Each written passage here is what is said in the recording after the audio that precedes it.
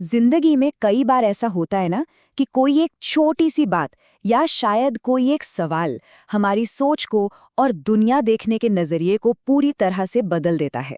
आज हम एक ऐसी ही कहानी सुनेंगे जो हमें दिखाती है कि अपनी सोच को बदलने में कितनी जबरदस्त ताकत छिपी होती है।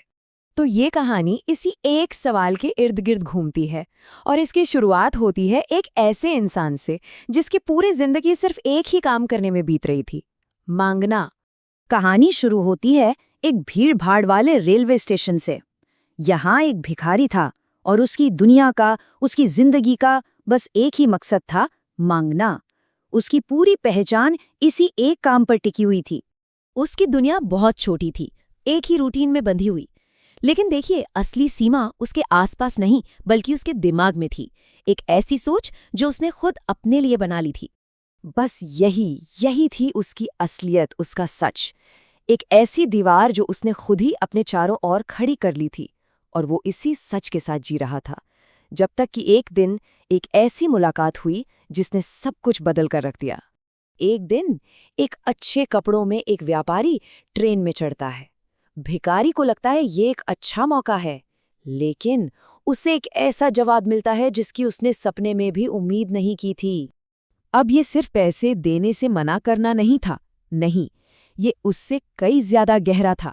ये तो भिखारी की पहचान पर, उसके वजूद की बुनियाद पर एक सीधा हमला था। पहली बार किसी ने उसे दान देने से इनकार नहीं किया, बल्कि उसके मांगने के हक पर ही सवाल खड़ा कर दिया था। वो एक वाक्य उसके दिमाग में एक बीज की तरह बो दिया गया था, एक ऐसा बीज जिसने उसे अपनी जिंदगी की जड़ों पर ही सवाल उठाने के लिए मजबूर कर दिया।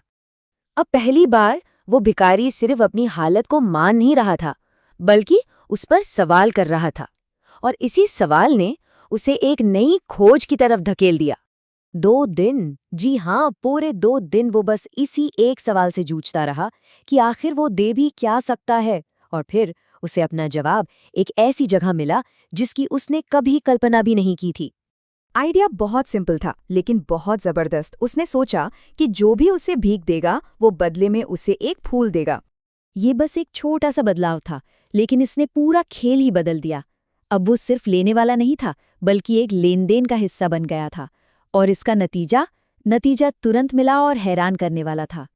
अब वो सिर्फ भीख नहीं मांग रहा था, वो लोगों को खुशी का एक छोटा सा पल दे रहा था, और लोग उसी चीज के लिए उसे पैसे दे रहे थे। उसे ये एहसास होने लगा था कि हर इंसान के पास देने के लिए कुछ न कुछ जरूर होता है। तो उसका ये नया सिस्टम बढ़िया काम कर रहा था।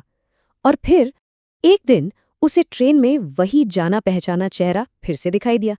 इस बार वो भिखारी बड़े गर्व के साथ उस व्यापारी को पैसे के बदले में एक फूल देता है, और उस व्यापारी का जवाब सब कुछ बदल देता है।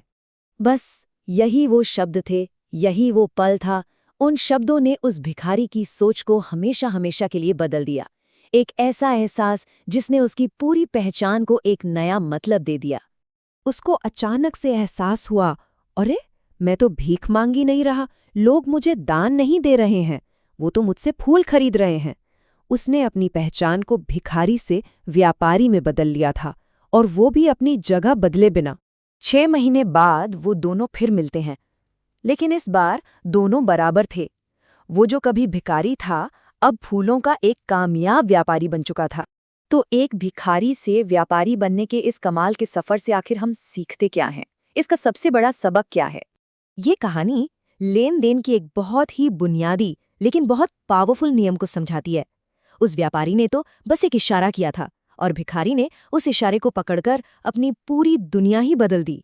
तो देखिए, असली बदलाव बाहर नहीं बल्कि अंदर हुआ था। ये इस बात का बदलाव था कि वो खुद को किस नज़र से देखता था।